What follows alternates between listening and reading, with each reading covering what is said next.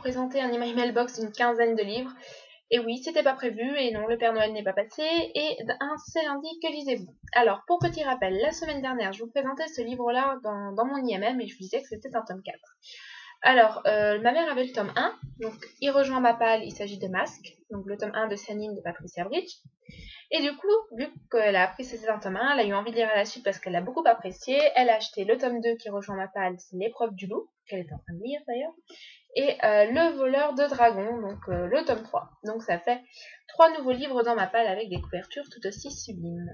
Alors ensuite, j'ai reçu un SP, il s'agit du tome 3 de La fille aux licornes, de l'affrontement de l'Enya Major, publié aux éditions Talent Haut, donc il est beaucoup plus gros que les deux premiers, et la couverture est encore plus jolie, je trouve, et je remercie énormément les éditions Talent Haut pour me l'avoir envoyé.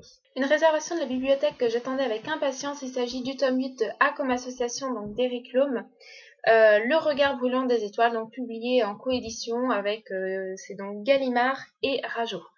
Donc voilà, et encore une fois, le tome est beaucoup plus gros que les précédents et j'ai juste super hâte de le lire. Donc ma maman a eu envie de me faire un petit cadeau et elle m'a acheté L'Humaine de Robin Wasserman, publié aux éditions La Massinière Jeunesse, après avoir hésité avec confusion. Elle a opté pour celui-ci vu que c'était un tome unique. Donc voilà, je vais essayer de le lire le plus rapidement possible, mais vu ma palle là, je sais pas trop quand je vais le lire. Parallèlement, mes sœurs se sont aussi acheté un livre chacune, et chacune un livre qui a immédiatement rejoint ma palle. Le temps des héros de Michel Pavé, publié aux éditions Hachette. Michel Pavé qui a écrit Chronique des temps obscurs, qui est une série que j'ai plutôt bien aimée. Donc voilà, je vais retenter l'aventure avec Le temps des héros. Alors le deuxième, c'est un auteur que j'apprécie beaucoup, il s'agit de Scott Westerfeld, et donc là c'est l'intégrale de sa série Succession, donc la réunion de 2 tomes, publiée aux éditions Pocket. Donc voilà, vu que j'aime beaucoup cet auteur, il fallait que je lise aussi ce livre. Alors il y a quelques mois, je vous avais présenté ce livre, et la suite vient de rejoindre ma balle, puisque ma mère en fait a terminé la trilogie, donc elle l'avait acheté pour lire la suite. Il s'agit du tome 2 des ailes d'Alexandre, donc Mical de Anne Robillard, publié aux éditions Michel Lafon, et le tome 3, Le Faucheur, donc de Anne Robillard, publié aux éditions Michel Lafon. Donc c'est une trilogie, donc ça c'est le dernier tome, et les couvertures sont juste magnifiques. Et ensuite, et c'est là que ça coince un petit peu, c'est qu'en fait on a fait le tour de nos magasins préférés, donc Easy Cash et d'autres soldats qui ont de temps à autre des livres. Et un des soldats chez qui on n'était pas allé depuis longtemps, qui a reçu des livres neufs, et je dis bien neufs, à moins 50%. Donc forcément, c'était des livres du genre Divergent, c'était voilà, Chronique de la fin du monde, mais il n'y avait que le tome 2, du coup je l'ai pas pris, donc forcément, j'ai craqué. Et j'ai craqué pour le tome 1 de Vérité, donc Vérité première de Dan Cook, publié aux éditions Milady. Le tome 1 de Minuit, Le baiser des minuit de Lara Adrian, publié aux éditions Milady. Le tome 1 de Possession, donc Possession de Ella Johnson, publié aux éditions Michel Lafon. Le tome 1 de Time Riders de Alex Karoff, publié aux éditions Nathan. Le tome 1 de L'Atlas d'Émeraude de John Stephen, publié aux éditions Milan. L'intégrale du Maître du Temps de Louise Cooper, publié aux éditions Alors après cet email mailbox plutôt conséquent, on va attaquer avec le seul lundi que lisez-vous. Donc cette semaine j'ai terminé un roman, un recueil de nouvelles, j'ai lu une BD, ce qui est pas mal dans l'ensemble, mais j'espérais avoir un petit peu plus avancé. Alors en fait, j'ai commencé la semaine en terminant le tome 3 de Fédéline, Sous la surface de Nadia Kos, publié aux éditions Grund, que voici. Donc j'ai plus le livre sous la main parce que j'ai dû le rendre, parce qu'il était réclamé. Du coup, bah voilà. Mais sachez quand même que j'ai adoré. Alors je vais pas vous parler de l'histoire, sinon ça vous spoilerait automatiquement les 2 premiers. Mais c'est une histoire qui va être un petit peu plus centrée sur Cahill, où on va moins parler des personnages secondaires importants. Voilà, c'est vraiment concentré sur Cahill comme le premier tome. Ça va être un tome pas très riche en action, mais beaucoup plus riche en révélations, et on va avoir quelques réponses à nos questions en fait. Et voilà, j'ai adoré, ça a été un coup de cœur. C'est un coup de cœur que j'attendais depuis septembre. Parce que j'ai pas eu de coup de cœur ni en septembre ni en octobre. Et là, fin novembre, toujours pas de coup de cœur. J'avais besoin d'un petit coup de cœur. Et là, voilà, j'ai eu Fédéline. J'ai adoré. Franchement, c'est vraiment une saga qui sera dans mon top 10 2012. Parce que l'auteur, elle a un talent fou en fait. Parce que si vous regardez bien dans le livre, c'est pas forcément une histoire extraordinaire. Elle n'est pas riche en péripéties, en action, elle n'est pas ultra haletante, mais on est vraiment pris dans le truc. L'auteur, elle nous entraîne avec des personnages super attachants, une plume je sais pas, on est envoûté par le monde, il n'y a pas d'autre mot, c'est, c'est vraiment de l'envoûtement, comme hypnotisé, et on continue. Et c'est vrai que voilà, là il se passait pas grand chose dans le tome 3, et pourtant j'étais vraiment à fond dedans, j'avais du mal à lâcher le livre.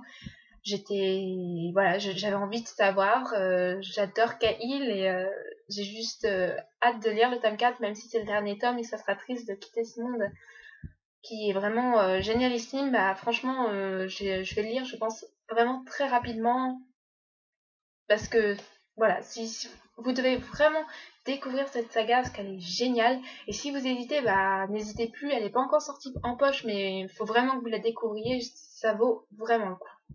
Alors ensuite, j'ai lu Quintessence Mal de Mathieu Guibé et de Cécile Guillot, publié en auto-édition, donc un petit recueil de nouvelles, de 4 nouvelles, tout petit, qui est à vendre à 5 € sur la librairie Autre Monde, il n'est pas à vendre sur la Fnac ou sur Amazon ou sur d'autres grandes plateformes.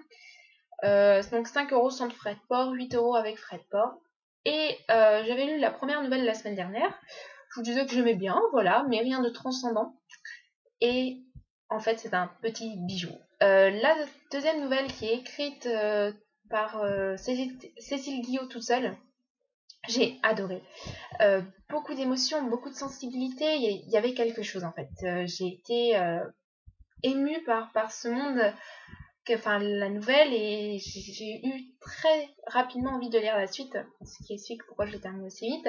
Et les 2 autres nouvelles qui sont donc écrites à 4 mains par Mathieu Guibé et Cécile Guillot, elles sont géniales. Et on retrouve la même émotion qu'on n'avait pas forcément dans la première nouvelle. J'étais restée vraiment assez extérieure à l'émotion de la première nouvelle. J'avais bien aimé la première nouvelle parce qu'elle me rappelait un conte de mon enfance, mais voilà, pas plus que ça. Et les 2 dernières, ouais, il y a vraiment quelque chose, c'est poétique, c'est sensible, c'est émouvant, c'est beau, voilà, il y a un beau travail d'écriture, il y a vraiment quelque chose, et encore une fois, j'ai envie de dire qu'il faut que vous le découvriez. Enfin, c'est pas un coup de cœur, mais c'est un petit bijou, et je suis vraiment très contente de l'avoir dans ma bibliothèque. La couverture est magnifique, elle a été réalisée par Cécile Guillot elle-même. Franchement, j'adore. J'aurais juste aimé qu'elle soit en grand format, comme ça elle aurait été encore plus magnifique. Mais voilà, c'est vraiment un roman, un recueil, il est tout petit, il se dit très vite, c'est écrit relativement gros à l'intérieur. Et voilà, ça se dévore. Les nouvelles sont pas très grandes. Les 2 premières font une quinzaine de pages. La troisième est un petit peu plus grande, peut-être 25, mais franchement, ça se dévore. Et bah, si vous voulez tester avec un petit livre, donc l'écriture des 2 auteurs, franchement, je vous le recommande. Et j'ai vraiment adoré l'écriture de Cécile Guillot. Et donc, c'est Maureen qui m'avait fait découvrir ce petit recueil. Et je la remercie beaucoup parce que j'ai vraiment beaucoup aimé ma lecture. Et elle a parlé d'un autre livre de Cécile Guillot, donc il s'agit de La Fille des Quatre. Et je pense, ouais, me pencher un petit peu plus sur cet auteur parce que j'ai vraiment été charmée par son écriture.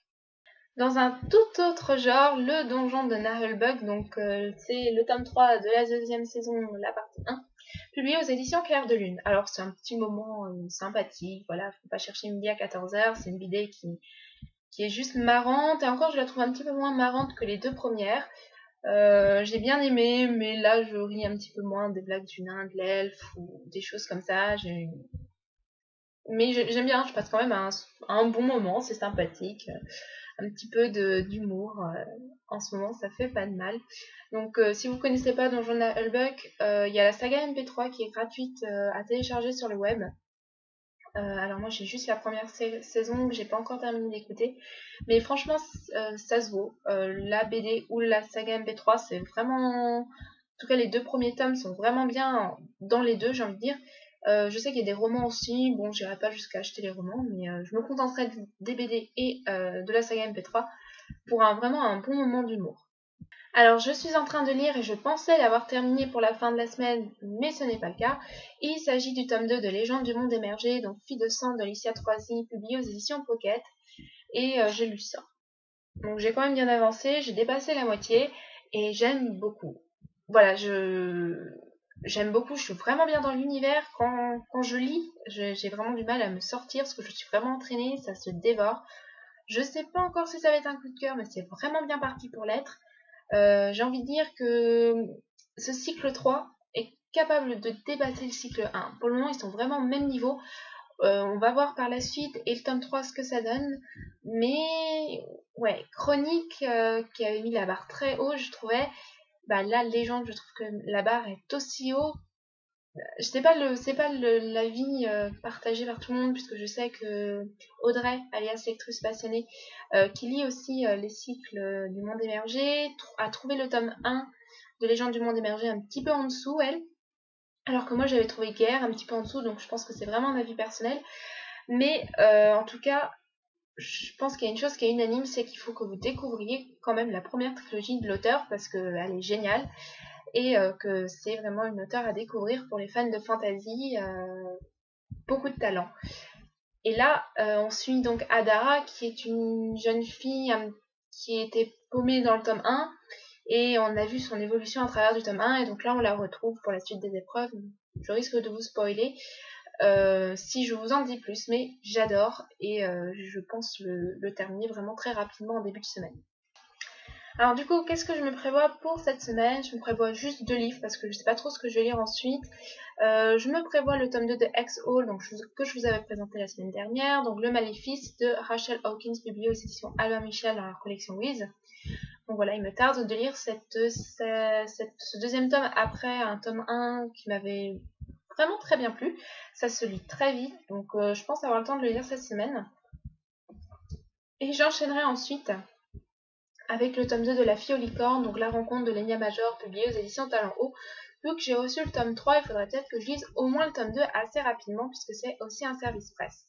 Donc voilà pour cette vidéo. J'espère qu'elle vous aura plu avec le bel IMM et un seul indice, lisez-vous, pas forcément très grand, mais voilà. Donc je vous retrouve la semaine prochaine en espérant avoir plus de livres à vous présenter côté lecture, mais pas de IMM de prévu pour le moment. En tout cas, je vous fais à tous de gros bisous et je vous dis à la semaine prochaine, même si je pense qu'il y aura une vidéo cette semaine pour ma vidéo du bilan de novembre. Voilà, bisous bisous.